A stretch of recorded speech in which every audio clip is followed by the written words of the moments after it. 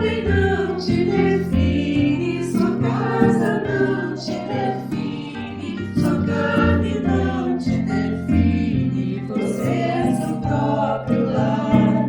O homem não te define, sua casa não te define, sua carne não te define, você é seu próprio lar. Ela desatou nós, vai viver só. Ela desatinou, desatou nós, vai viver só. Eu não me vejo na baixa velha, verde, essa cor de massa vítima, prefiro queimar uma praça cegas, várias terras, memórias cinzas, e a vida reinventar, e o homem não me define, minha casa não me define, minha carne não me define, eu sou o meu próprio lar. O homem não me define, minha casa não me define, minha carne não me define, eu sou o meu próprio lar. Ela desatinou, desatou nós, vai viver só. Ela desatinou, desatou nós, vai viver só.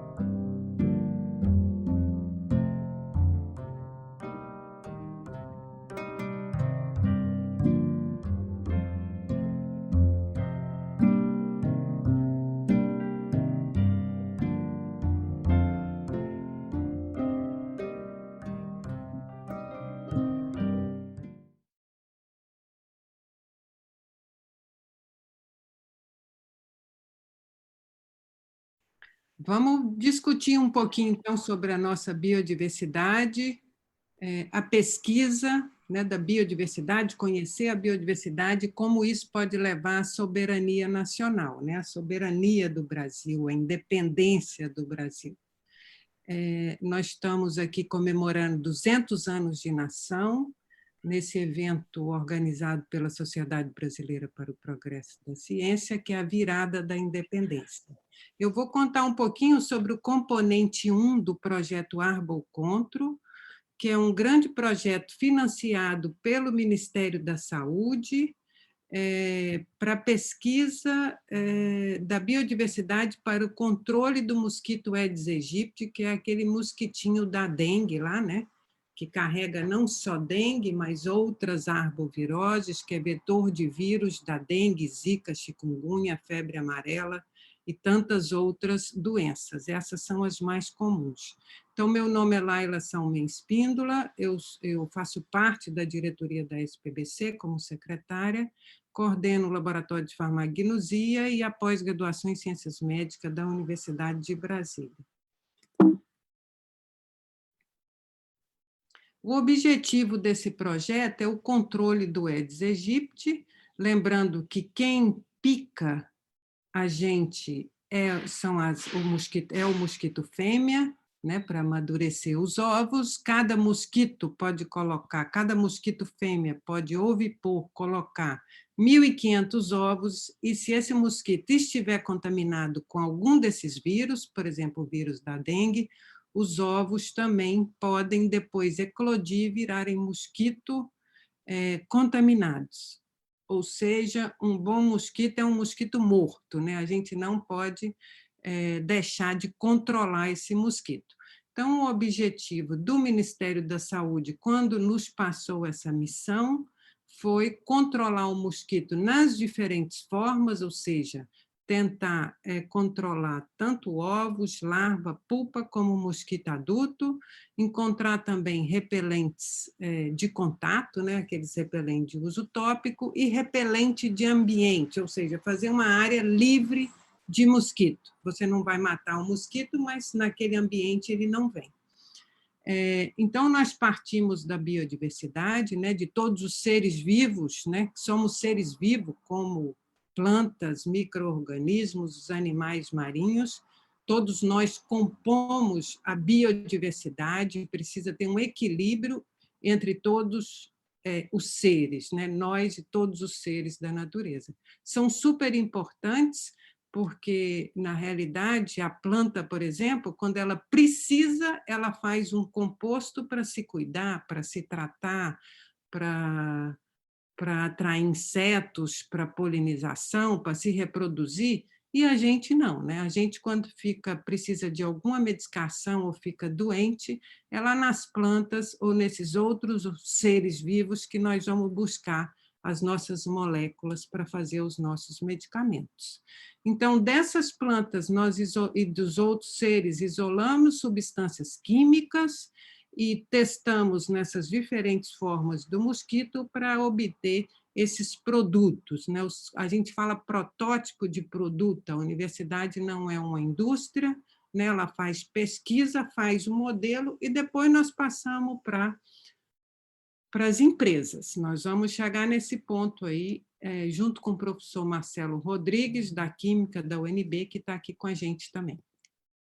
No laboratório, né, tenho 23 anos de Universidade de Brasília, nós construímos um banco de extrato de plantas do bioma cerrado, ou seja, trouxemos o cerrado para dentro do nosso laboratório, numa coleção de extratos, né?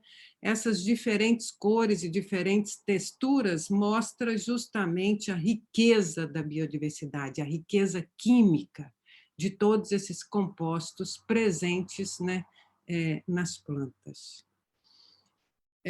Nosso laboratório é equipado, é o laboratório de farmacognosia, né, para extração e também para isolamento, separação e isolamento desse composto com técnicas de cromatografia.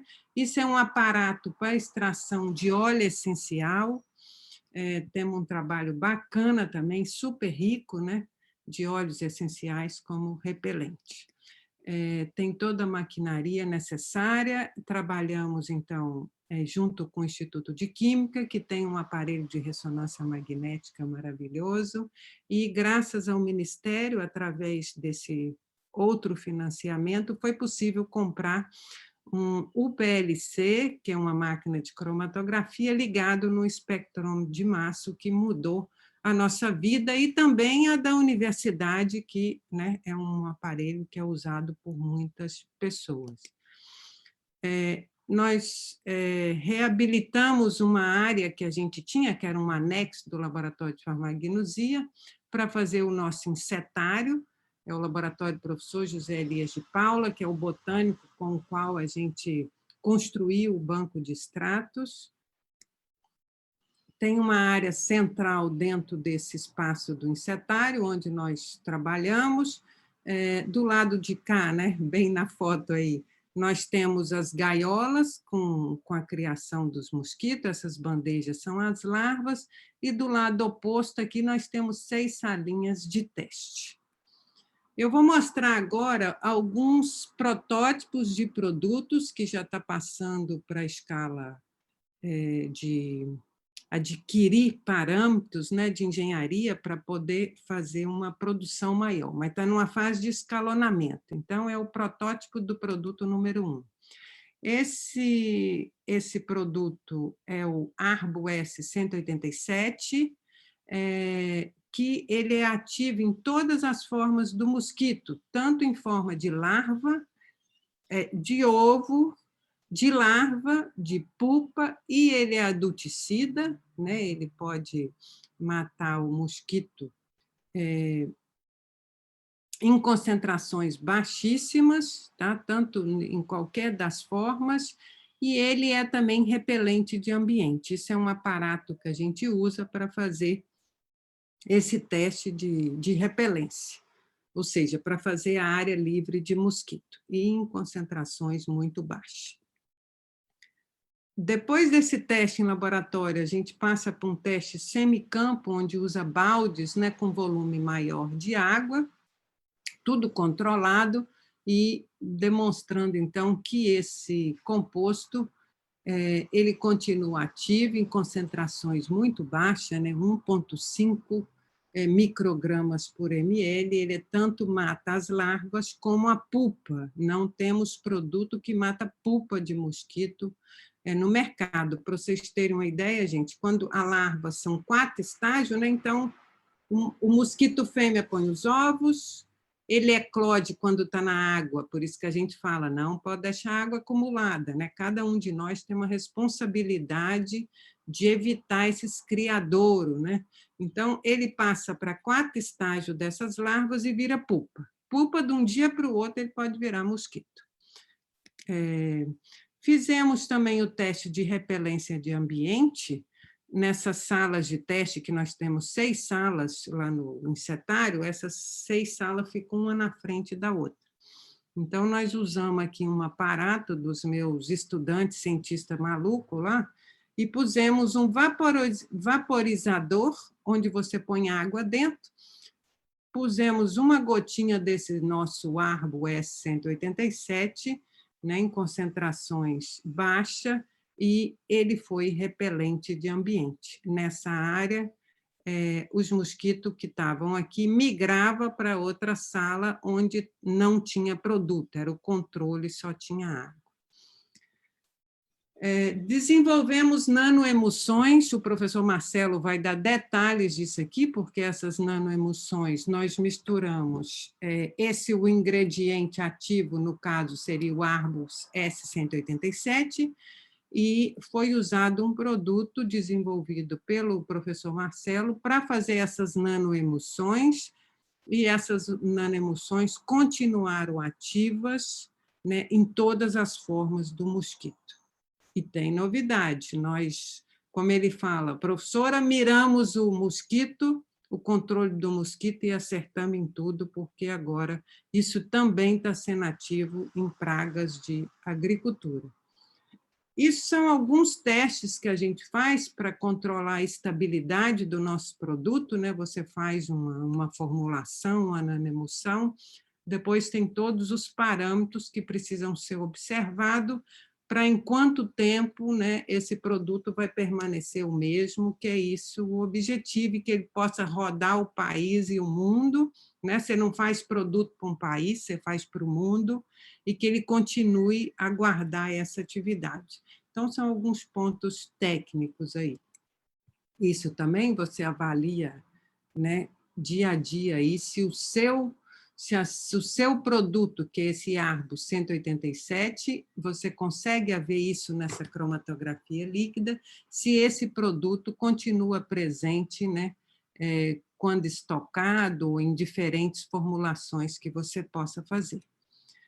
Nós estamos agora nessa fase de produção em escala piloto, temos esse reator, onde a gente faz 50 litros de cada vez, a envasadora, que então nós já temos aqui o recipiente, o produto já até ganhou um nome, então é um biopesticida orgânico, que está servindo tanto para o controle de vetor, como controle de pragas na agricultura, e também como biofertilizante, que o Marcelo vai contar para vocês.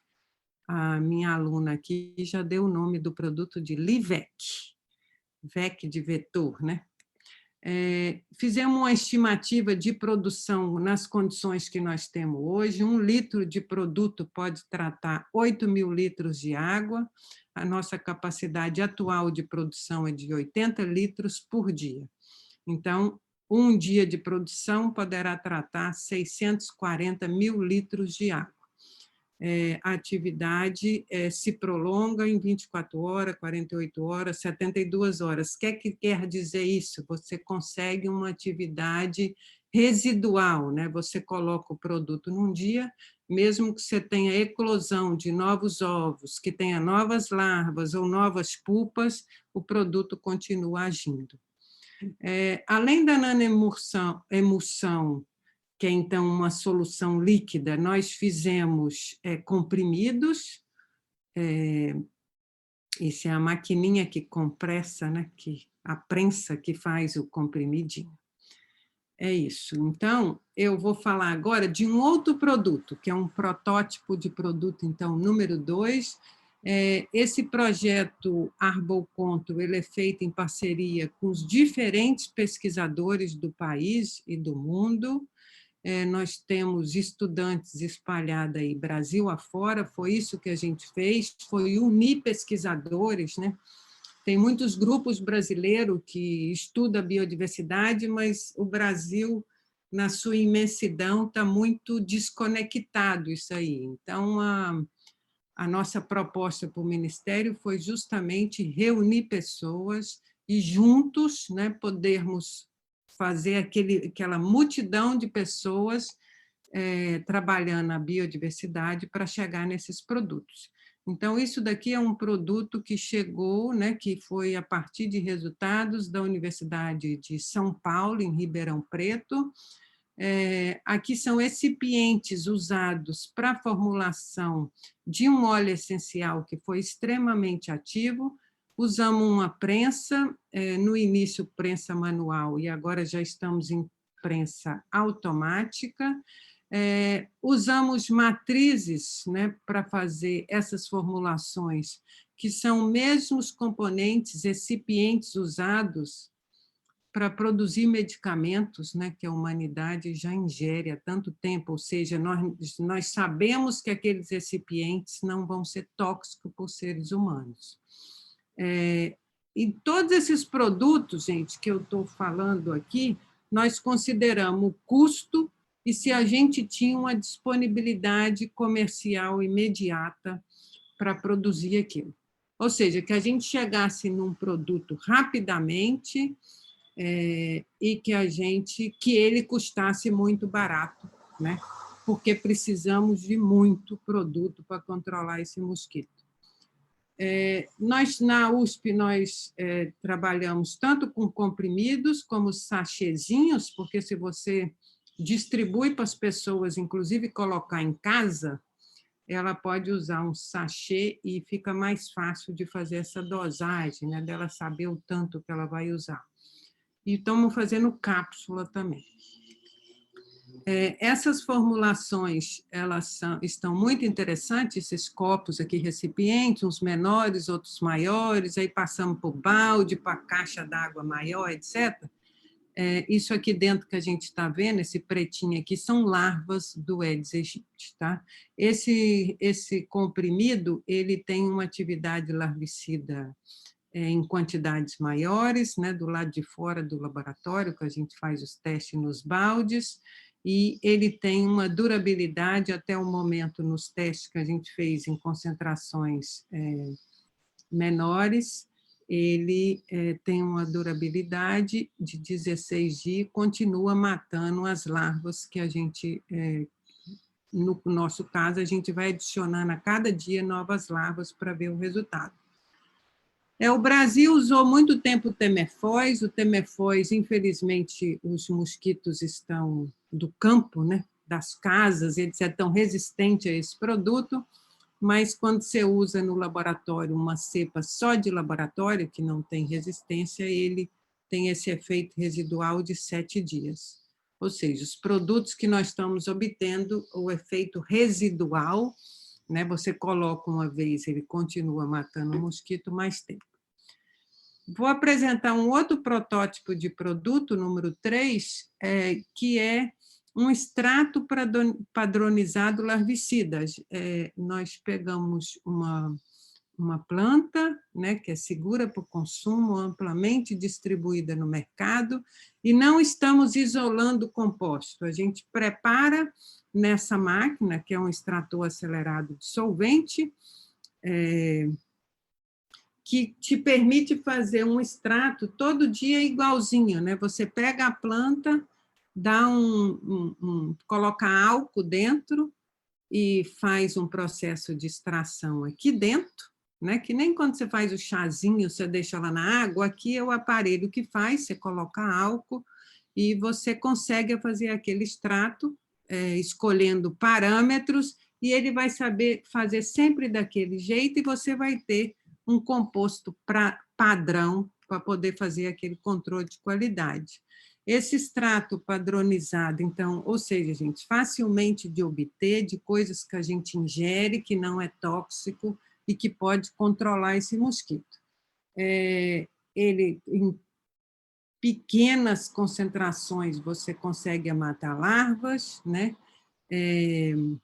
O marcador analítico, que é um composto que foi usado, ele precisa de uma maior quantidade para matar as larvas, mostrando que, então, nessa forma de extrato, onde tem um monte de compostos juntos, ele vai ser mais ativo, né? Faz uma sinergia, um ajuda o outro e acaba controlando o mosquito. Ele tem uma residualidade, quando passa para um volume maior de água, em 4 microgramas por ml, né, 4 ppm, você consegue manter essa mortalidade acima de 50% em até 7 dias. O rendimento é ótimo desse extrato, ou seja, fazendo uma continha para a gente tratar 15 mil litros de água, 1 quilo dessa amostra vegetal, né? A gente fala droga vegetal, é o órgão da planta que você usa para fazer seu extrato, padronizado, então 1 quilo para fazer o extrato padronizado, nessa concentração de 4 ppm, poderá tratar até 15 mil litros de água. E são produtos que a gente pode pôr em caixa d'água. O Brasil, eu falo caixa d'água, mas nós temos comunidade no Brasil que eles não têm água, eles estocam água, e é aquela água que ele bebe, que ele faz a comida, que toma banho, você olha dentro, está cheio de larva de mosquito. Então, a gente precisa de um produto, né, que não seja tóxico, como se já tivesse o estudo clínico já estivesse feito, né, porque nós, humanos, usamos isso no nosso dia a dia na cozinha.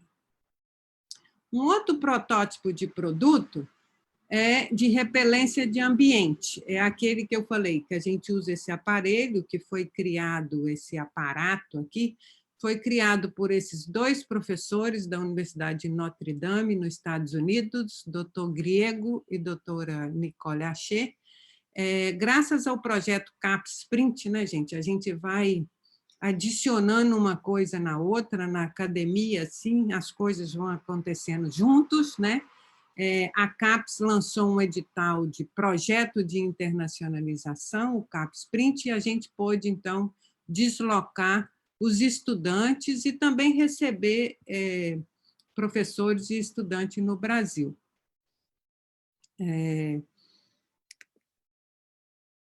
A pandemia atrapalhou um pouco esses deslocamentos, mas foi possível a Natália ir para Notre Dame, aprender a fazer esses testes, e o professor animou e auxiliou né, com peças para que isso fosse montado no laboratório, e a gente acabou de construir, achou quem ajudasse a construir isso, e fizemos esse aparelho lá.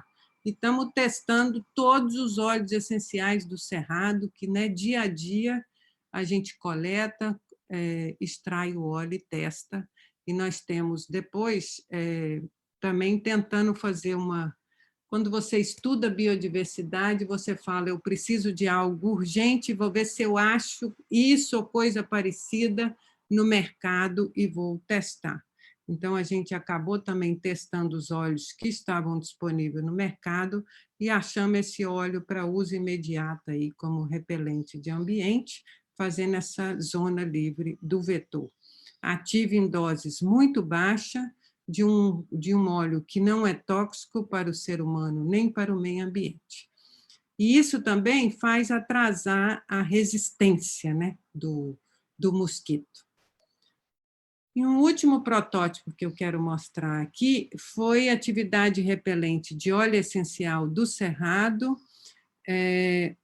No Cerrado tem os produtores que fazem polpa, picolé, sorvete e que fazem plantação já de algumas plantas do Cerrado, e a gente usou as folhas dessa planta e conseguimos encontrar um óleo que foi super ativo no Aedes aegypti. Depois a Raquel se deslocou para a Universidade da Califórnia, em Davis, onde tem inclusive um brasileiro que coordena esse laboratório, o professor Walter Leal, e ela levou esse óleo, tudo autorizado, cadastrado no CEGEM, né, no CIGEM, e foi testar nos mosquitos Culex quinquefaciato, que é esse mosquitinho pernilongo que fica cantando no ouvido da gente de noite aí. Esse mosquito também carrega o vírus do Zika vírus, e os americanos ficam tão desesperados com esse Zika vírus, né, que judiou das nossas crianças aí. Então, esse óleo foi repelente de ambiente também, e repelente tópico, ou seja, de poder fazer uma formulação para você passar no corpo. Gente, isso só foi possível graças ao apoio do Ministério da Saúde, né, que na época justamente dos casos das crianças com Zika vírus, nós convencemos o Ministério a nos deixar unir os pesquisadores brasileiros de várias universidades e do mundo para a gente tentar controlar esse mosquito. Esse mosquito é poderoso e precisou de um batalhão de pessoas para fazer isso. Como é importante o investimento nas universidades, né? Graças a esse TED aqui, 42/2017, né, que é um termo de transferência que um órgão público faz para outro órgão público para executar uma pesquisa que ele está precisando e que não é função do Ministério fazer pesquisa, foi possível comprar esse espectrômetro de massa.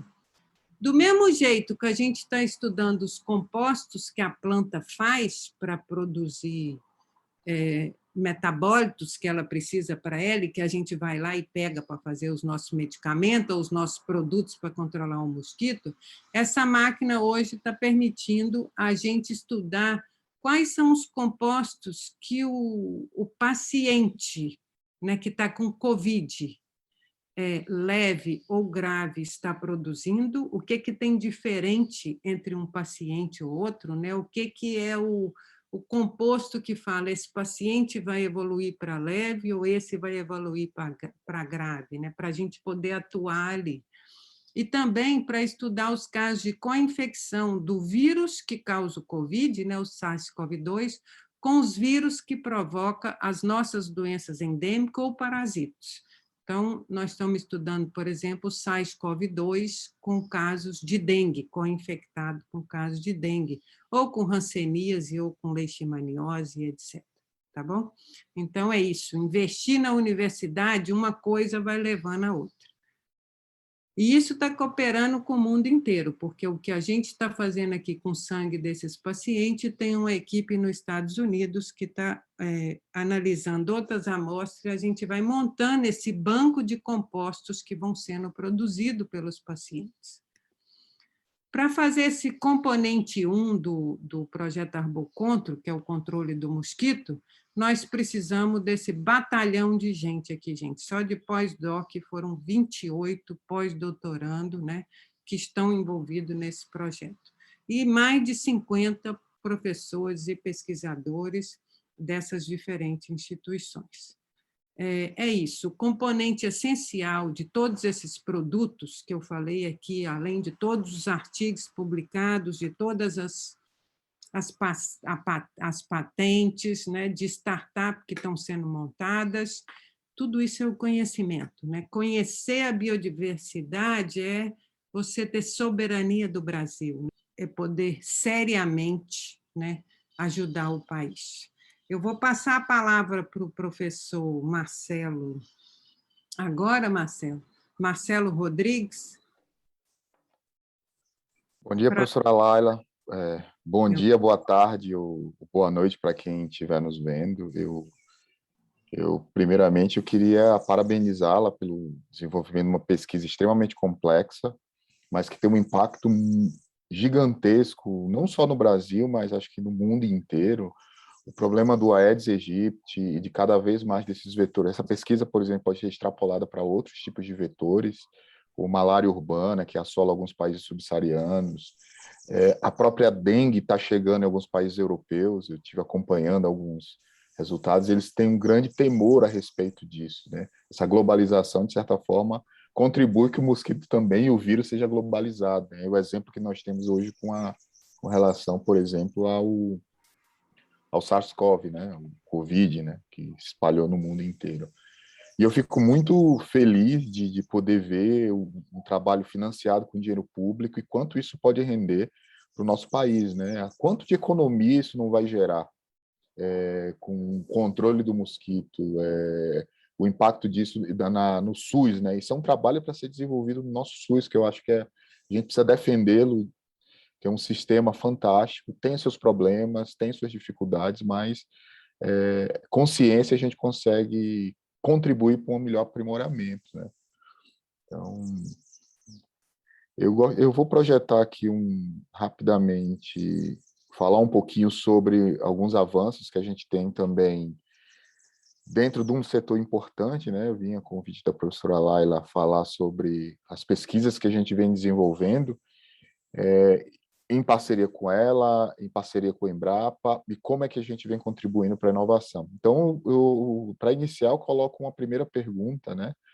Será que a agricultura é a última barreira para a nanotecnologia? Isso aí é uma discussão que se tem na literatura acadêmica, nos artigos científicos, e isso vem cada vez mais sendo questionado. Eu respondo que não, e fico muito feliz em dizer que a última barreira para a nanotecnologia, que é a agricultura, ela foi rompida exatamente por tecnologia 100% brasileira. Eu vou explicar para vocês mais à frente. E ela só surgiu por financiamento público de pesquisa para fazer exatamente a ciência básica, a ciência aplicada, para que a gente pudesse evoluir e conseguir colocar um produto do mercado, realmente sair da bancada e converter a tecnologia em inovação, né? Pra vocês terem uma ideia, essa discussão sobre nanotecnologia aplicada ao agro, né, e, obviamente, tem que se respeitar a biodiversidade com isso, né, não adianta só uma evolução de um avanço voraz em você aumentar terras produtivas e desmatar e acabar com o ecossistema em volta. Então, isso vem, a nanotecnologia, ela se posiciona mais ou menos como um coringa nesse meio, né? Você aumenta a questão de eficiência de muitos princípios ativos e de fertilizantes, né? E isso permite você ter uma melhor eficiência na agricultura. Afinal de contas, hoje estamos trabalhando, depois da Revolução Verde, toda a evolução que se teve, alcançamos um teto, né? Um limite. E hoje, esse, por exemplo, é um editorial da Nature, de 2018, temos outros trabalhos que mostram a mesma lógica, 2019, 2020, questionando essa relação entre nanotecnologia e agricultura e de que forma a nano pode contribuir para você elevar o teto de produtividade e, obviamente, respeitando o meio ambiente, a biodiversidade. Principalmente no Brasil, eu acho que isso é algo que vem cada vez mais sendo questionado por países europeus, países ricos, né? Inclusive, os produtos nacionais vêm passando cada vez mais por processos de vigilância sanitária cada vez mais exigentes, né? Então, não adianta a gente produzir muita soja contaminada com resíduos de agrotóxicos, de pesticidas, e essa soja provavelmente ela não vai ser vendida, não vai ser aceita, né? E isso se repete em outros tipos de produtos de exportação brasileira. Então, o que se fala hoje em relação às contribuições da nano para a agricultura, né? Então, são esses desde modificações genéticas, a remediação, questões ambientais, né? Passando por nanosensores, nutrição e nanopesticidas, né? Isso tudo por questões de um problema grave que a gente tem, que é exatamente as projeções que a ONU algumas outras entidades têm nos colocados, que com o crescimento populacional, vamos chegar provavelmente a 9 bilhões em 2050. A China, por exemplo, liberou o terceiro filho, né? A população deles está envelhecendo, e a consequência disso é uma maior necessidade de produção de alimentos, então, com um consumo de água menor, né? Um uso mais sustentável dos insumos agrícolas, aí a gente está falando de pesticidas e de fertilizantes químicos, e, obviamente, questões energéticas, né? Hoje, por exemplo, nós estamos passando por uma crise hídrica e a relação disso está diretamente com a nossa crise energética. Então, temos que aumentar a oferta de comida para termos segurança alimentar, e, em contrapartida, precisamos lidar com esses impactos que a mudança climática vem causando na agricultura. Então, aqui alguns exemplos, né, de projeções, né, exatamente as regiões onde vão ocorrer o maior crescimento populacional são exatamente regiões onde você tem um excesso uma grande probabilidade de fome, né, crescimento de fome.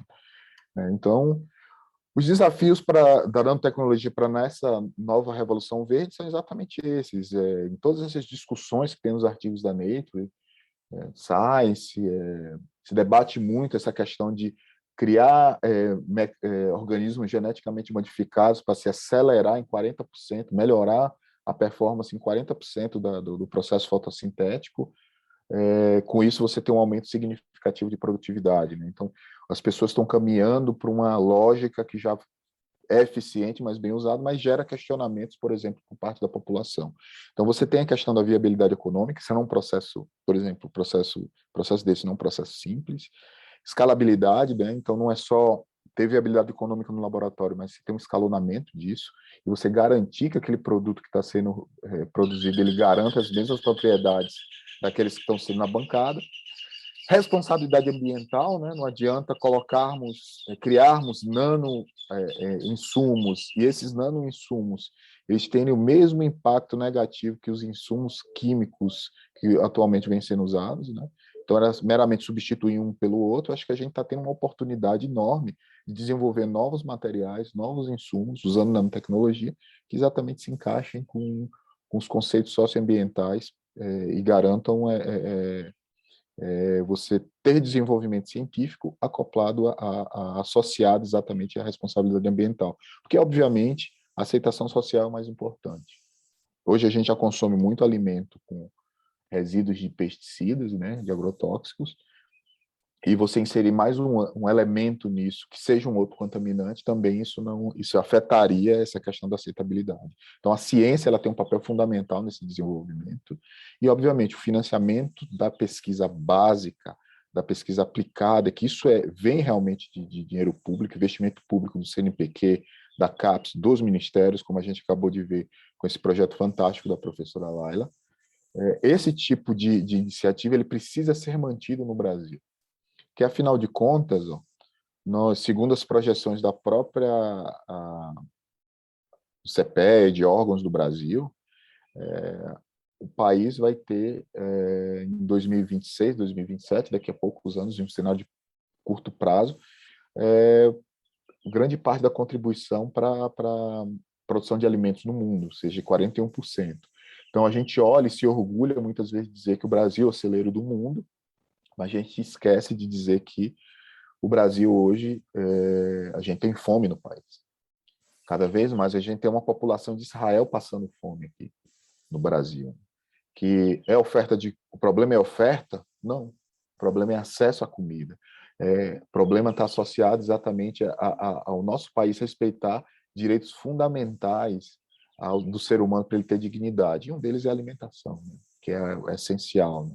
Então, você está formando cada vez mais gerações de pessoas, de crianças que vão se desenvolvendo com baixa nutrição, consequentemente vai se tornar um adulto com problemas associados nas fases mais tenras, se eles tivessem tido, por exemplo, uma alimentação realmente balanceada, o desenvolvimento fisiológico fase adulta poderia... Existem vários trabalhos que mostram deficiências cognitivas associadas à baixa nutrição, né? Então, isso é problema, né? Então, e isso é saúde pública, né? Então, além de nós termos essa responsabilidade de produzir alimentos, não só para exportação para o mundo, mas principalmente, eu acho que resolver os problemas nossos internos, precisamos também reduzir a questão do desperdício. E um dos modelos, a gente tem dois modelos muito fortes na agricultura, que é o agronegócio, que é responsável por a grande parte dessa exportação de alimentos, né? Principalmente dessas commodities, né? Garante nossa balança comercial, gera cerca de 25% dos empregos no país, tem os seus problemas, que são problemas associados à tecnologia, né? Então, quanto mais a ciência que estão dentro das universidades, institutos de pesquisa, se aproximar a esse setor, a gente começa a colocar tecnologias mais eficientes para exatamente reduzir os impactos ambientais que são associados, que são intimamente atrelados à questão do agronegócio.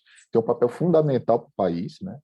Uma agricultura de alta tecnologia. Por outro lado, nós temos a agricultura familiar, que tem um papel social, né? Emprega grande número da parte da população economicamente ativa do país, e sem ele, a agricultor familiar, o pequeno agricultor, né, a gente não teria o nosso feijão e arroz na mesa, o leite, o queijo, né, o pãozinho nosso de cada dia, né? Então, desenvolver tecnologia, a gente precisa ter um olhar muito sensível a esses dois cenários.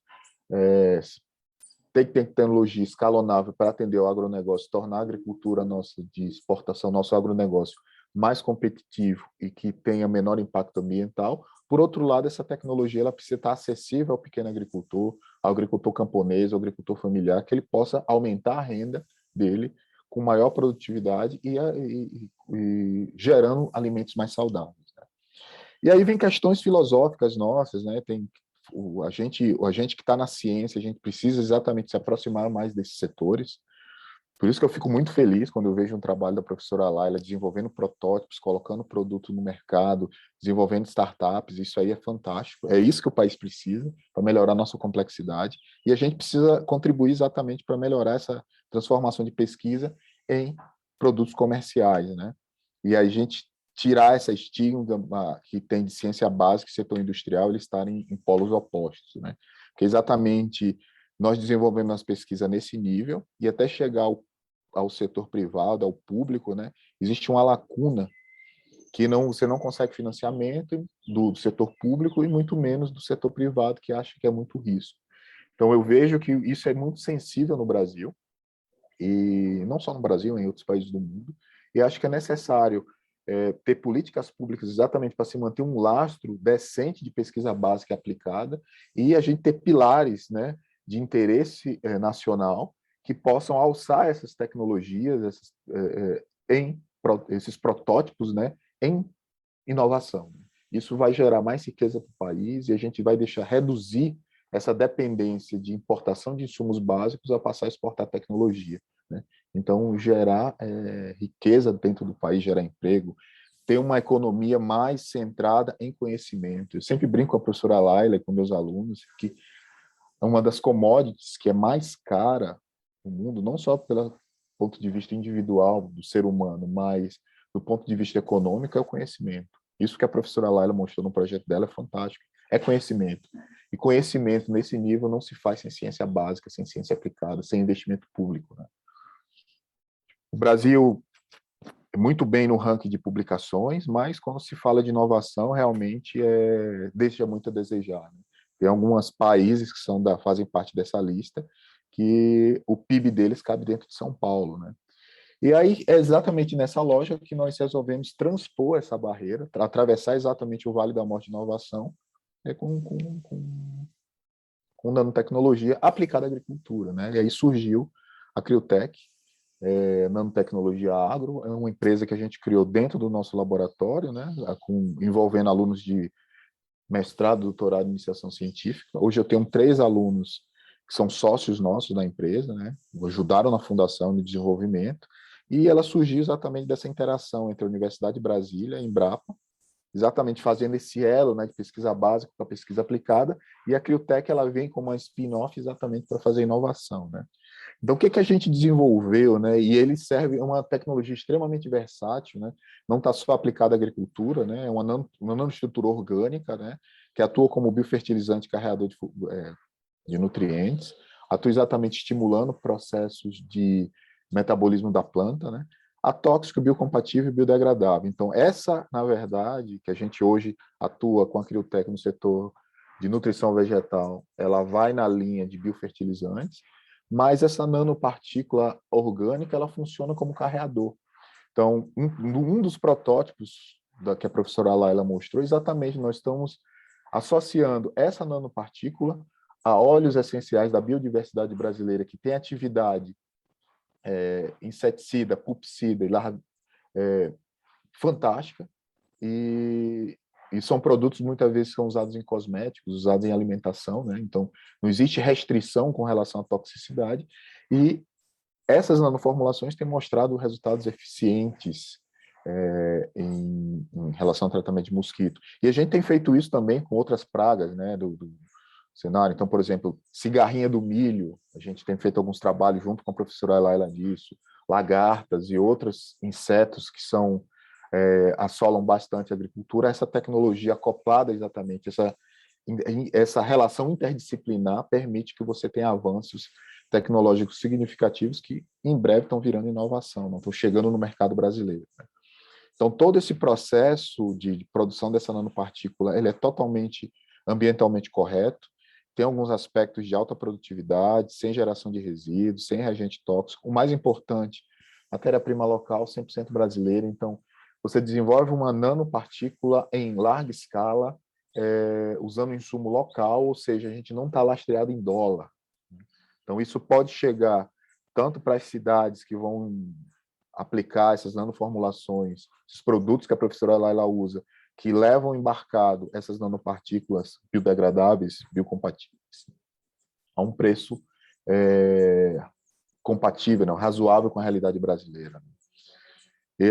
Enfim, aí vem toda a parte inicial de pesquisa básica, isso eu faço questão de mostrar, porque aqui é pesquisa de bancada, não só a parte de desenvolvimento de produto, mas a parte de interação com o meio biológico, desenvolvimento de pesquisa já em ambiente muito controlado, né?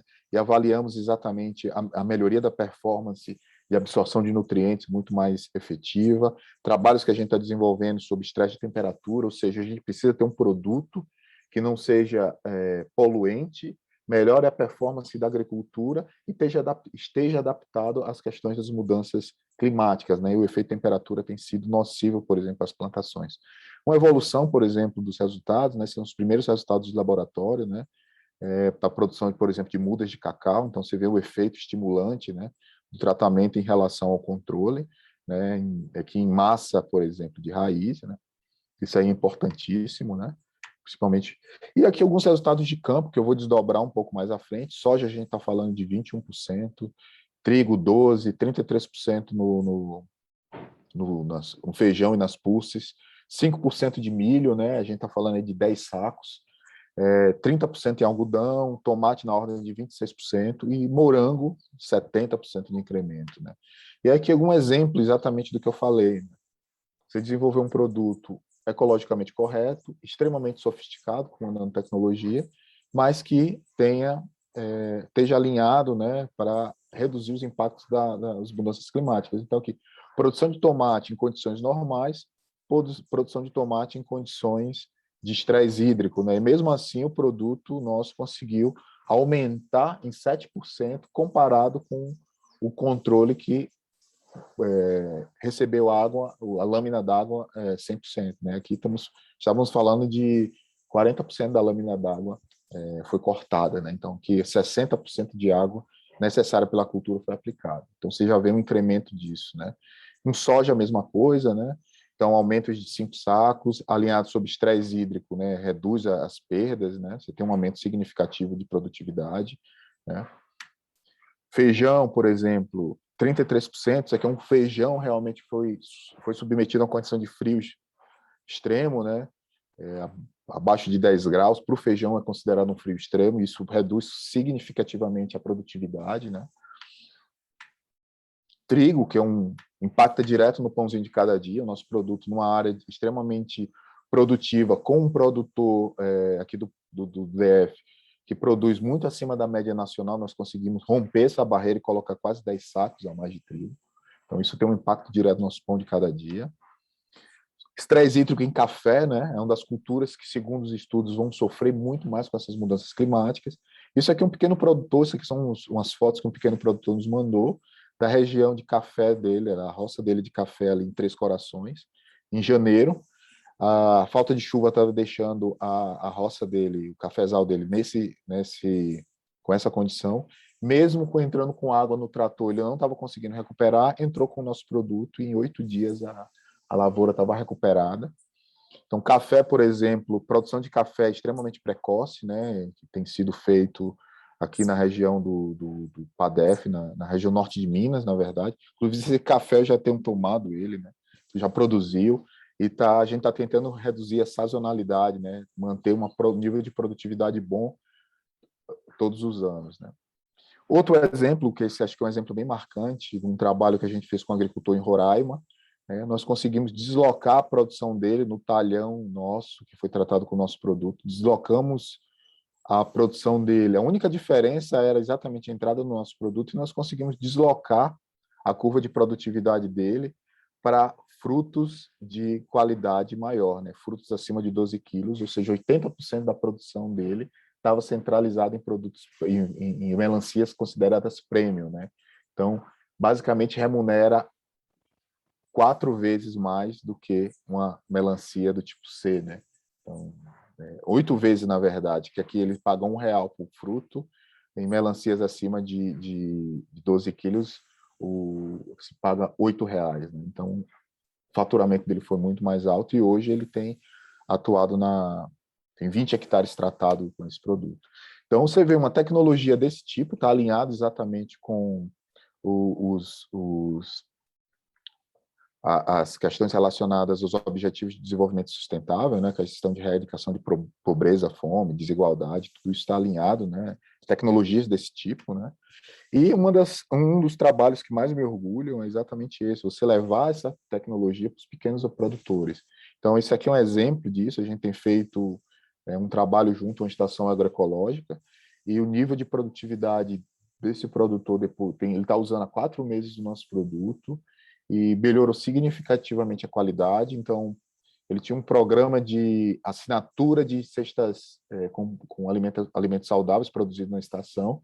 50 famílias de Goiânia assinam essa CSA, né, fazem parte dessa CSA, desse sistema de CSA, e ele tinha que fornecer todo domingo uma cesta contendo os produtos da estação agroecológica para essas 50 famílias. Com a entrada do produto da Arbolina, o excesso que foi produzido está alimentando hoje mais de 22 famílias que estavam com problema de insegurança alimentar, né? Então, hoje eu estarei lá discutindo com eles a questão da tecnologia sendo incorporada, né, no sistema agroecológico, né, para você produzir alimento saudável, sem agrotóxicos, e isso fique disponível e reduz a nossa insegurança alimentar, né? Então, isso aqui geraram patentes, né? Uma dessas patentes é exatamente junto com a professora Laila, nesse projeto dela, do Arbocontrol, que é exatamente desenvolver nanobioperticidas utilizando óleos e metabólitos secundários da biodiversidade brasileira, né? A gente usar o que a gente tem de bom para melhorar o que a gente também tem de bom, né? Que é a nossa agricultura, né? E isso tem um impacto direto na cadeia, né? Então, a Criotech hoje ela entrou no mercado, isso aqui está até desatualizado, em março desse ano, a gente já faturou quase mais de R$ 1 milhão, são mais de 30 mil hectares tratados, então você vê a inovação, o que estava na bancada virou inovação e hoje já está gerando emprego e cada vez mais aumentando a produtividade de culturas do país, né? Saúde também é algo que traz dignidade e reduz essa questão de dependência externa. Por exemplo, também faz parte da patente com a professora Laila, né? Controles de ferrugem de café usando óleos essenciais, né? Então, a gente vê o veículo e os princípios ativos, né? E a gente observa que as formulações têm um efeito para inibir a germinação de fungos patógenos de planta extremamente potente, né? Trabalho com a professora Laila aqui de larvicida, né? Os efeitos exatamente. Hoje a gente está em processo de escala, né? De levar esse produto realmente ao mercado para ele estar acessível ao sistema de saúde público e que isso entre dentro das políticas públicas nacionais para reduzir o impacto disso. E, obviamente, você tem uma tecnologia dessa, você pode exportar para o mundo inteiro, né? E uma outra nanoformulação nossa, que também é outra parte da patente, é usando a mesma lógica do fungo patógeno para a planta, formulações, por exemplo, com fármacos como anfotericina B, são formulações solúveis em água, com redução de custo de produção para $10, né? O custo hoje de produção da mesma anfotericina que é comprada hoje no mercado a R$40 mil, a gente conseguiu reduzir o custo para $10, e a gente tem trabalhado exatamente para que esse tipo de tecnologia chegue ao mercado, né? Isso aí é uma parceria, por exemplo, com o SUS, com o Ministério da Saúde, pode viabilizar isso. Queria agradecer a professora Laila pelo convite, para falar para a SBPC e para todo o público. Queria agradecer os órgãos de fomento, CNPq e CAPES. Esse tipo de trabalho não se faz sozinho, então tem uma equipe toda de profissionais juntos. A gente trabalha muito nessa lógica interdisciplinar. E, professora Laila, a gente está vendo aí a importância de se financiar a pesquisa no país, né? Da gente ter um lastro científico de pesquisa muito forte para que a gente possa, o cientista possa levar inovação e realmente a gente quebrar essas barreiras, né, de dependência externa, né? Acabar com esse neopacto colonial, que costumo dizer muito isso para as pessoas.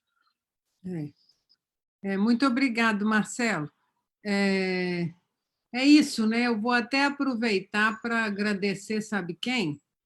Eu quero agradecer a biodiversidade, a Mata Atlântica, a Amazônia, o Cerrado, que conceberam a história dos meus professores, a minha história e dos meus estudantes, né? Um dia um jornalista me perguntou: o que é o Cerrado para a senhora? A primeira coisa que veio na minha cabeça, além de ser o nosso ganha-pão, né? O Cerrado, e além de conectar a gente, né, a natureza te conecta com a alma, com a essência, né? Você vai, abraça aquela árvore, consola todo mundo. É isso, né? Você é o trabalho nosso, é a nossa paixão do dia a dia, né? É a mesma paixão que os professores me entregaram, me ensinaram, né? E que eu passo para os estudantes. Então, é isso, é os nossos biomas preciosos, e é com esses aí que eu tive mais contato. E convidar todos, então, a acompanhar aí a virada da independência, né? Agradecer a SPBC para estar trazendo essa luz nesse dia, né, de comemoração de 200 anos de independência, né? Rumos à independência, unindo pesquisadores, jovens, formando recursos humanos para a gente fazer desse país um país muito forte. Está aí. A UNB, quem faz é a gente, nós fazemos com muito amor e carinho, né? Nada cai do céu. Para formar tudo isso e trabalhar nesses projetos precisa de muita garra, mas também muito amor para fazer tudo isso. É isso, minha gente. Um abraço a todos e boa virada da independência, né? Com olhar para o futuro, para a gente fazer um país, construir, reconstruir um país bem, bem lindo, igual o Brasil merece. Tchau, professora. Muito obrigado. Tchau, Tchau, Marcelo. gente. Tchau, minha gente.